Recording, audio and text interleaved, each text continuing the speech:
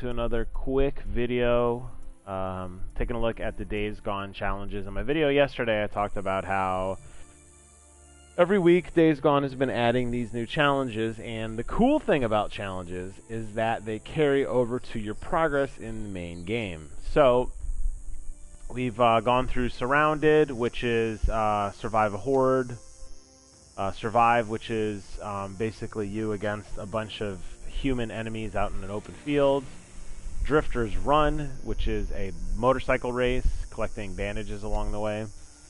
Ambush Camp Rush, which is you taking on a camp as fast as possible, trying not to be detected. So there's a lot of stealth elements there. Keep Them Safer, which is a horde, which so far has been my absolute favorite event. And Dead Don't Ride, which is a bike challenge to pick up and drop off survivors. Now, the cool thing about these challenges, as I said, is that you do earn rings and patches that carry with you through the main game. So there you can see all of the stuff that I've earned so far. So things like, and these are permanent bonuses that will carry with you through the game. So you can see there, Endure, stamina costs less, Medicate, health items are more effective, Gas Guzzler, your bike refuels faster, Condemned, bullets penetrate through more enemies, Steady, your focus rate decreases slower, and Hit and Run, your bike slows down less when running over enemies. Now, you can get a bronze, silver, or gold variant for any of these challenges. The better the medal, the better the reward you're going to get. So, for example, I've got the silver medal here, which gives me a 10% health item proficiency. A gold medal would give me a 15% health item proficiency. And you could see across all of them, we're halfway through. This is week number 6. We still have 6 more weeks of content, which they've sort of announced. We could assume by the titles what they're going to be. But today, we're going to be taking a quick look at Hit and Run. Now, this is a really interesting idea. You're basically a golf cart rider, and what you're going to be doing is driving around collecting people, and you get points for drifting, hitting freakers, trying to be as effective in your time as possible. One of the interesting things they did with this particular mode is they've added in a soundtrack that was not included in the other challenges. I didn't look at the patch notes yet, so I don't know if they went back and did this for all of the other challenges. But it's kind of neat that you have a little mini soundtrack of sorts. Normally these challenges are pretty quiet. It's just you and the open road and maybe the canned dramatic music, which does get old after a while, unfortunately. So the fact that they've added a couple other tracks is cool. The fact that you're doing something in here that may or may not be in the main game. I haven't yet encountered a golf cart level. I don't know. Maybe it's in the game later on. But it drives a little bit different than a motorcycle. It's definitely a lot more slick. So let's go ahead and take a look and show you kind of what this is about. Pretty simple concept. I'm going to go ahead and pause the music just in case there's any nasty NDAs or whatever for using not copyrighted music. What you want to do is you basically peel out, use your boost everywhere you go, and you want to drift in and out of turns, drift in and out of drop-off points. Try not to kill your passenger. And you get points for doing this. Now, you also get points for doing it faster. You also get points for doing more drifts, hitting freakers along the way, hitting jumps, sliding in and out. Let's see if we can get a little better drift there. There we go. Deacon, the shuttle, Deacon Shuttle Express, gonna zip people around the city and get them to their destination because why not? So there you go. You see, I got a little bit of a bonus there because I was a little bit closer to the motorcycle. So depending on where you are when you slide into things, you get more points. If you pick up a person closer to their, like actually closer in the circle, you get points for that. You also get points if you drift into, the drop-off zone. How fast you do it, you get rewards for that. You get multipliers for that. You're basically trying to compete against the clock here. Hey there, how's it going? As you can see in the upper right, there's a timer, and as I basically drive through, timer obviously goes down. You get more points, you get more time as you pick up people. Oh, when you pick up people. Oh, let's see if I can do this. I always screw this up on the first try. Let's see if I get it right today. Breakers! Here we go. Nice. There you go. Don't mind the dead freaker lady. Have a nice day. Let's go ahead and get this one. And the circles, I think, indicate the distance to the drop-off points. That's at least what I've been able to kind of figure out so far. I could be wrong. And I don't know. It's just a fun little different. It's different. I guess I'm not used to the golf cart mechanics because it's much more responsive and spongy than your bike for sure. It's something that's a little bit different. But I don't know. It seems simple enough, right? I mean, just basically driving around, collecting people, and you know, hitting freakers along the way. I wish I could say that I wish the motorcycle handled as well as this thing did. I think people would probably get a little spoiled with that because this thing does really turn on a dime compared to your motorcycle. Oops. Watch it.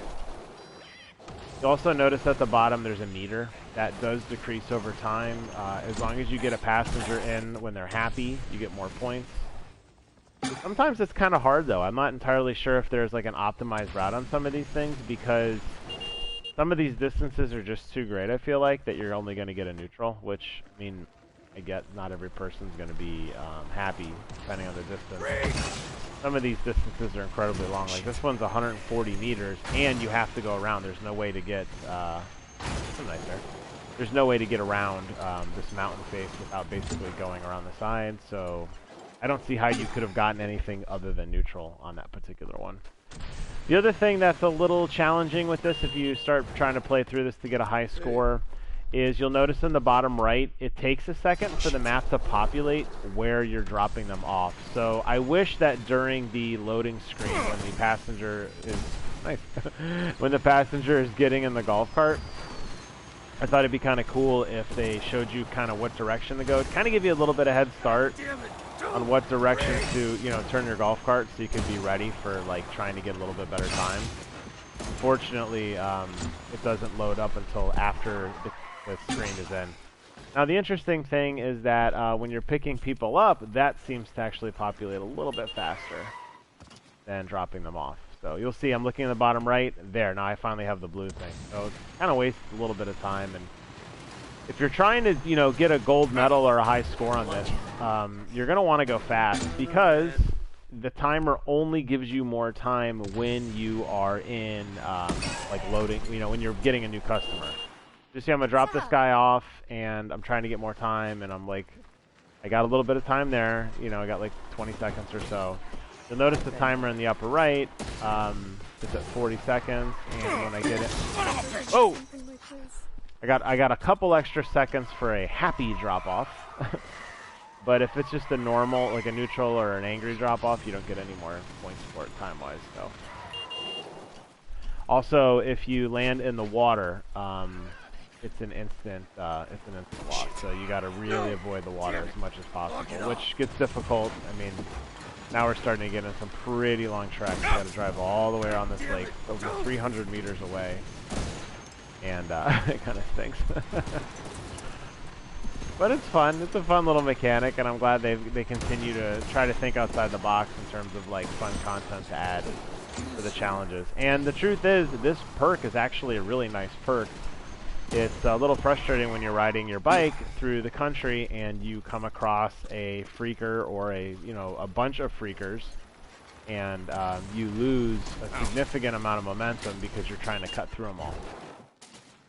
So the fact that this bonus is going to give you the ability to basically keep your momentum and preserve it a little bit more, I think is really nice too. So it looks like to me, yeah, let's see if we get something. Oh, he's unhappy. I will show you the path. Now he didn't like that, and I'll tell you why he didn't like that. It's because he is a he's a ripper. I am going to kill all of you. So Deacon doesn't like rippers in the main story. That guy you picked up was a ripper. You'll see all the nasty. That must be what the red indicates as well. Hello? No, she's not a ripper. Okay, I'm not sure. I picked up a ripper and then I hit a ripper, and that's why I immediately went to unhappy, which is an interesting little mechanic. I haven't seen like, yeah, she doesn't seem to mind if you're running through people. As a matter of fact, you just clip through them. I thought maybe there'd be a neat mechanic as I was talking through this that the people wouldn't like you to hit people that they're associated with, but it only seems to be applicable to the Rippers. So let's see if we can loop around here. Got a nice bonus going too. Okay. But you see how much time I burn driving all the way out there to grab some of these, like, you know, other people. And it also seems to me that the drop-offs are random in terms of how close or far people are from you to grab them. I think there's a little bit of RNG maybe there. But like this, that's really going to hurt my time. Oh, God. There you go. Lean into it, Deacon. Oh, can't go this way, huh? Keep your mind on the job, okay? Well, it looks like I'm not going to get a gold medal in my second run. I got a bronze the first time, and I'm going to get a silver here, and I'll take it. Long. All right, lady. I'm going to at least get you to... Oh, no, I'm not. Oh! There we go. Land on a high note. So, there you have it. A quick look at the week 6 challenge. I think I'll probably do a video each week when these come out just because they're kind of fun. And just to go back really quickly to that main screen, you saw that when I did it the first time I had a bronze medal.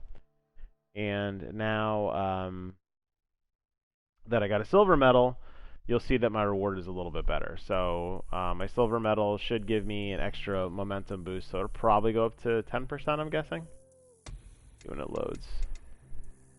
Oh, the dead don't ride, and there you can see patch.